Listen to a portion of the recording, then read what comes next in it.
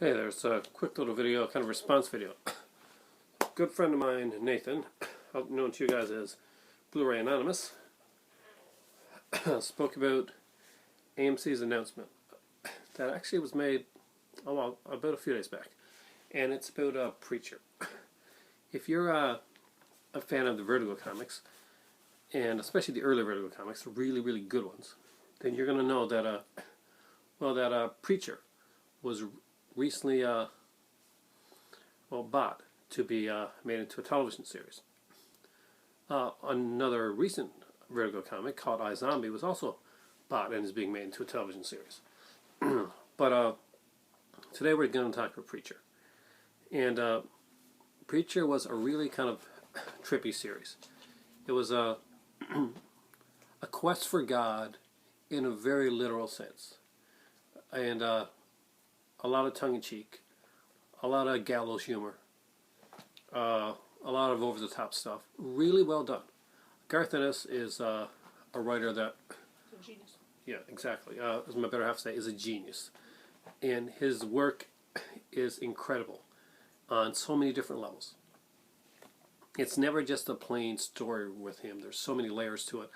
And it's fantastic, and anybody can go in and read it and just get different things out of it. And Preacher works so well. Now, Preacher is being made by AMC, which does Walking Dead, and like it or hate it. Myself personally, Walking Dead is okay. It's not a great series, but it's an okay series.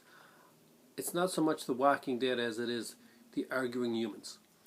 And yeah, you've got to do that to keep it going. You just can't have zombies attacking people day after day, and that's not what Walking Dead is about.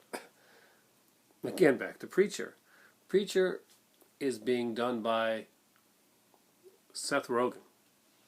It's being written by Seth Rogen.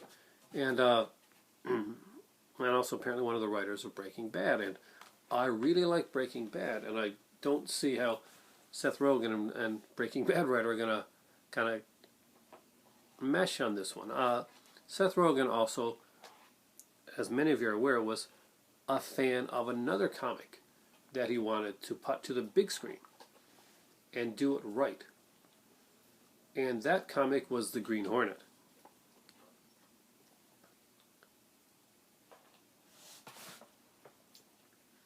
I'm going to give you a moment of silence to let that sink in.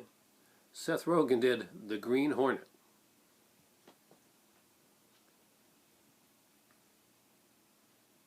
Okay.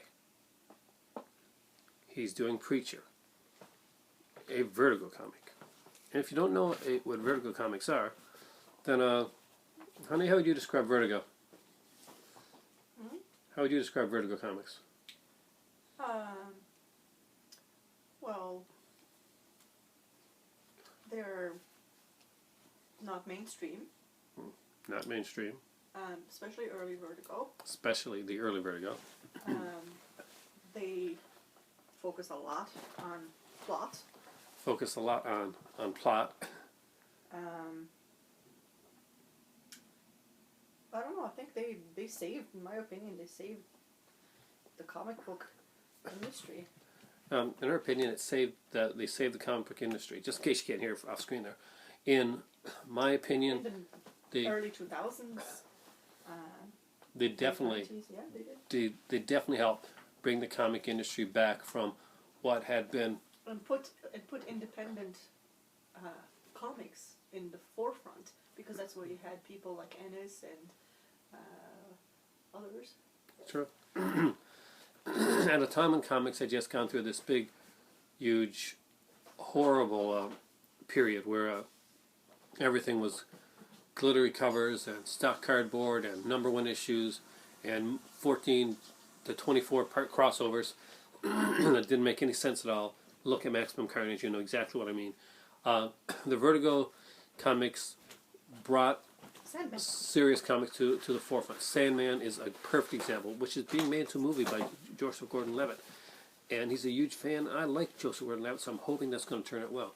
Now, like she mentioned there, and I'm not sure if you heard her off screen or not, but Vertigo brought the indie comic writers, the serious indie comic makers, into the forefront. and to make comics as they are today, to structure them and to bring comics into a into a new I'll go even further. adulthood, I'd say. The Batman trilogy, the Nolan Batmans, owe a lot to comic book companies like Vertigo, comics like Preacher, Hellblazer, who have that reality feel to it, the real anti-hero, the urban anti-hero that you see. So I think there's a lot of influence there. Everybody keeps talking about how noir is the influence of Nolan, but if you read a lot of the comics, Transmetropolitan. Transmetropolitan's amazing. Yeah, well, that's what it is. It's that, you know, that urban realist hero. You want to see that done? Huh? Well, you want to see Transmet done? I want to see Transmet done. Spider? Actually. As a series? More than a movie, though. Because I don't think a movie could, I don't think do the it. series will work. It's I don't think a movie could do it. not that scope. Sorry. Yeah. Well, I have a debate now. Yeah. She said, hopefully heard, but she said that Nolan owes a lot to Vertigo in the structure and style of his films. And I got to totally agree. As much as I rag on the Nolan films, I do love the way that they're constructed. I just didn't like Bale. And as our Vertigo-esque take Or Dark Horse, or a lot of those indie companies who did Batman, then I would definitely step my opinion up on in that. That's in a way I've never even thought about looking at it before. So thanks, son. And yeah, the indie comic industry saved comics. There's no doubt about it that the indie comics industry has saved comics, and it's great to see where it's been going. How do I feel about Preacher? I'm very skeptical. Very, very skeptical. Seth Rogen hasn't exactly been someone that's going to win me over in something like this. I'm not that I don't like Seth Rogen. I do like him in certain things. I just don't know if this is the right fit. I'm hoping it is. I'm hoping, like, they prove me wrong. Prove me wrong. Make Preacher an amazing show. Make Nathan happy again, so he doesn't have to go and cry as he reads his Preacher series and his graphic novels, and wonders what happened. So, Preacher, coming to AMC. That is our little take on it. That's our take on Vertigo. Maybe I'll talk some more about Vertigo in the future. old Vertigo. New Vertigo doesn't. There's some good new Vertigo. You just haven't read enough. iZombie was good. Fables still going. Fables is not. Would you consider that new Vertigo? It was started old Vertigo, wouldn't you? It was. Okay, so we're obviously going on to a conversation here. She's a Fables fan, and she thinks Fables should have ended by now. Yes. But yeah, I got to say, the 2 or 3 times that Fables could have ended and kept going, yeah. I'm not a big fan of Jack Fables. I'm not sure if you guys here, how many of you guys are comic fans. Let me know if you read Fables. I like Grimm's. Grimm's Fairy Tales. I found that a really good comic. But I think the mythology is getting a little bit overblown right now. I love the anthology aspect of the series when it first started. Fables is a series that we both really enjoyed, but we think it should have ended a while back. And maybe you guys are gaming fans, then you know that there's a Fables game out there. I haven't actually got to play it myself yet, but I'm hoping that it's really good, and it's good to good to the source material, there, Nathan. Yes, good to the source material. And that's the reason that I guess me and my better half did not enjoy Constantine. It had nothing to do with not being good to the source material. It had to do with not having the Vertigo feel, which is so very important. Well, Hellblazer is a very deep topic, and they just made it into a Keanu feel Reeves. like a B action movie. Yeah.